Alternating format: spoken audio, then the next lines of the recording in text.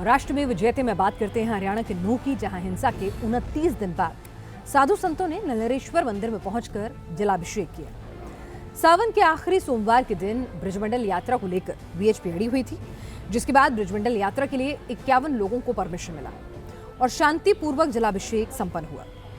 31 जुलाई को भी पुलिस अगर ऐसे ही अलर्ट रहती तो शायद 6 लोगों की मौत नहीं होती और वो हिंसा तांडव नहीं होता।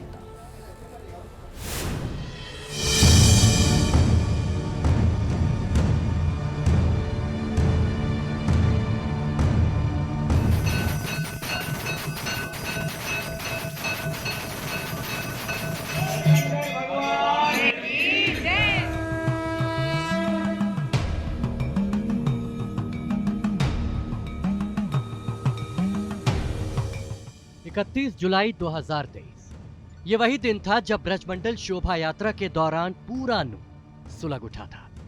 हर तरफ उपद्रवियों ने तांडव मचाया, कई गाड़ियों को फूंक डाला, दुकानें जला दी। इस घटना के करीब 1 महीने बाद नूह के नलहरेश्वर महादेव के मंदिर में जलाभिषेक किया गया।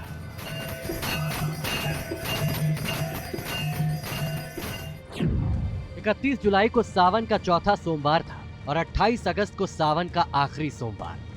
उस दिन भी ब्रजमंडल यात्रा निकल रही थी और इस बार भी ब्रजमंडल यात्रा निकालने का ऐलान किया गया था। फर्क सिर्फ इतना है कि इस दिन की तरह प्रशासन तब अलर्ट नहीं था। सोशल मीडिया पर भड़काऊ बयानबाजी के बावजूद पुलिस नींद में सोती रही थी, जिसका नतीजा ये रहा कि इस बार न सिर्फ शांतिपूर्ण तरीके से शोभा यात्रा निकली, बल्कि महामंडलेश्वर स्वामी धर्मदेव के नेतृत्व में साधु संतों और हिंदू संगठनों से जुड़े लोगों ने नलहरेश्वर मंदिर में जलाभिषेक किया, जबकि 31 जुलाई को उपद्रवियों ने पूरे नूह को जला डाला था। लोगों ने अपनी मान्यता के अनुसार वहां आकर जलाभिषेक किया। नहीं, कोई कर्फ्यू नहीं है। लोग अपने घरों से आ रहे हैं, जलाभिषेक कर रहे हैं, जा रहे हैं, कोई मनाही नहीं। दंगे के 29 दिन बाद जब एक बार फिर से हरियाणा के नूह में जब ब्रजमंडल यात्रा निकली, तो इस यात्रा में सिर्फ 3 बसें और 50 श्रद्धालु ही शामिल हुए। पूरी यात्रा पुलिस के साए में पूरी की गई। यात्रा कैसी रही? आपके दर्शन? हाँ? दर्शन कैसे रहे नल्लड़ महादेव? अच्छे रहे। सस्वर शिव भगवान की पूजा और उनको जल चढ़ाना बहुत आनंद का मौका रहा। दरअसल वीएचपी सावन के आखिरी सोमवार को नूह के नलहरेश्वर मंदिर में जलाभिषेक करने की जिद पर अड़ी थी, जिसके बाद एक दिन पहले से ही पूरे नूह को किले में तब्दील कर दिया गया। सभी रास्तों को बंद कर दिया गया था और फिर करीब 4 घंटे तक चली गहमा गहमी के बीच 51 लोगों को प्रशासन की टीम नलहरेश्वर मंदिर लेकर पहुंची और फिर उन लोगों ने वहां पर जलाभिषेक किया।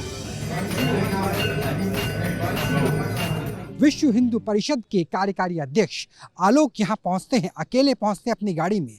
उनके साथ कुछ वीएचपी के सदस्य भी होते हैं, लेकिन वो नूह और आसपास के गांव के ही रहने वाले हैं। वो जलाभिषेक करते हैं लगभग दोपहर में 12:30 पर और इसके बाद जिरका और आगे के मंदिरों के लिए वो यात्रा निकल जाती है। अगर ऐसी ही तैयारी 31 जुलाई को रही होती तो वो मंजर सामने ना आता जब यात्रा के दौरान उपद्रवियों ने नलहरेश्वर महादेव के इस मंदिर पर चारों तरफ से हमला बोल दिया था। पहाड़ियों के ऊपर से पथराव और फायरिंग होने लगी थी। जान बचाने के लिए शोभा यात्रा में शामिल महिलाएं, बुजुर्ग और बच्चों ने नल्हड़ शिव मंदिर में पनाह ली और कई घंटे तक मंदिर के अंदर ही छिपे रहे। सामने मंदिर है जहां पर धार्मिक यात्रा में शामिल होने के लिए लोग आए थे। अब ये तमाम जो गाड़ियां हैं ये पूरी तरह से जल चुकी हैं, जिनको क्रेन के जरिए प्रशासन उठाकर ले जा रहा है। ये जो पूरा इलाका है मेवात का ये संवेदनशील माना जाता है और यहाँ पर जो धार्मिक यात्रा थी उसको लेकर प्रशासन के ऊपर भी सवाल खड़े हुए हैं कि आखिर इतने ज़्यादा लोगों के लिए सुरक्षा में पुलिस के जो जवान हैं वो बेहद कम संख्या में क्यों तैनात थे। बाहर दंगाइयों ने जैसे पूरे शहर को जलाने की कसम खा रखी थी। मंदिर के बाहर खड़ी कारों को आग के हवाले कर दिया गया तो जगह जगह पथराव किए गए।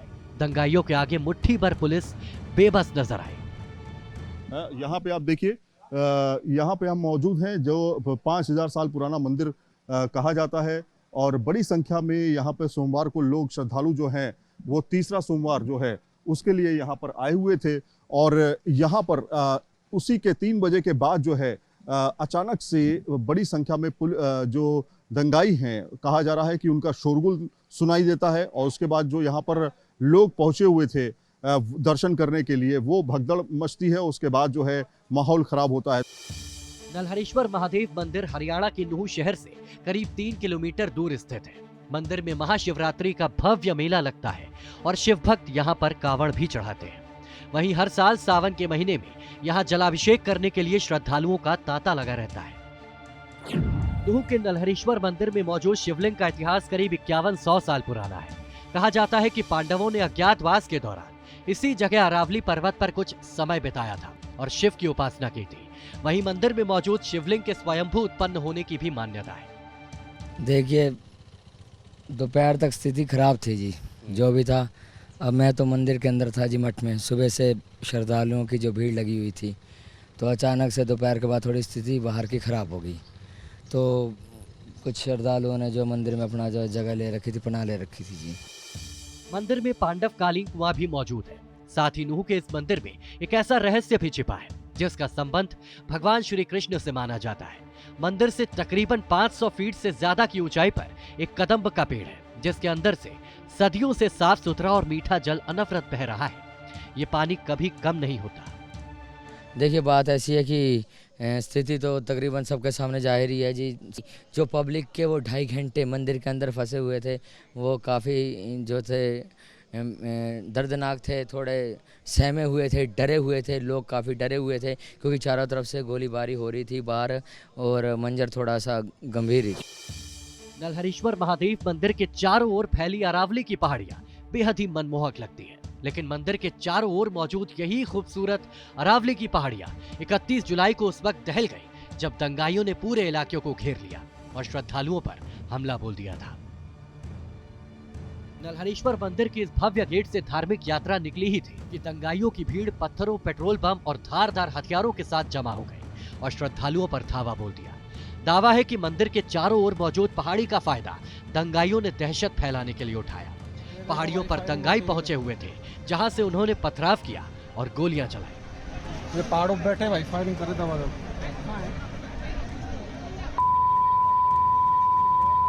इस मंदिर से शोभा यात्रा की शुरुआत एक तरह से हो रही थी। ये पहाड़ियों से मंदिर दरअसल आप देखेंगे चारों तरफ आपको सिर्फ पहाड़ियां ही पहाड़ियां नजर आ रही हैं। बताया जा रहा है कि जब शोभा यात्रा निकलने की तैयारी की जा रही थी, तब इन्हीं पहाड़ियों से हमला जो है शोभा यात्रा पर किया गया और वो आगे तक इसी रोड के माध्यम से सीधे जब शोभा यात्रा जा रही थी तब जो है अटैक किया गया। पूरा प्री प्लान था, ऐसा माना जा रहा है। बताया जा रहा है कि 31 जुलाई को धार्मिक यात्रा पर जैसे ही हमला हुआ, लोग मंदिर की तरफ भागे और जान बचाने के लिए मंदिर में ही छिप गए, जिसके बाद करीब 6 घंटे तक मंदिर का पूरा इलाका दंगाइयों के कब्जे में रहा। पथराव और फायरिंग की आवाजें गूंजती रही और आखिर में पैरामिलिट्री फोर्स ने मंदिर में छिपे लोगों को रेस्क्यू कर बचाया।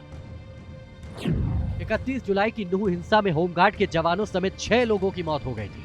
80 से ज्यादा लोग घायल हो गए, जबकि उपद्रवियों ने 120 से ज्यादा गाड़ियां फूंक डाली थी। हिंसा फैलने के बाद प्रशासन ने सीसीटीवी कैमरों और वायरल वीडियो के आधार पर उपद्रवियों पर शिकंजा कसा और अकेले नूह में 60 एफआईआर दर्ज की गई। हरियाणा के गृह मंत्री अनिल विज के मुताबिक नूह हिंसा में 300 से ज्यादा लोगों को गिरफ्तार किया गया। इसके अलावा जहां से पत्थर चले थे, उस होटल समेत कई घरों को प्रशासन ने बुलडोजर से नेस्तनाबूद कर दिया। हरियाणा के गृह मंत्री अनिल विज ने नूह हिंसा को लेकर कांग्रेस पर निशाना साधा है।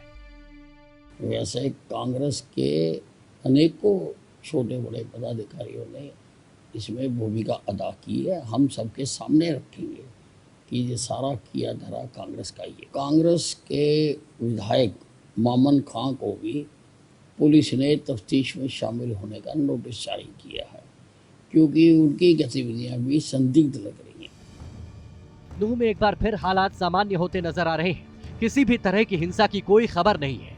मंदिर में पूजा के बाद लोग शोभा यात्रा निकाल रहे हैं और ये सब कुछ इस वजह से हो रहा है क्योंकि इस बार पुलिस पहले से ही अलर्ट मोड पर है।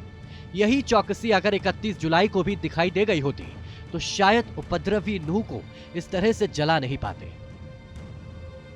जी न्यूज़ नेशन।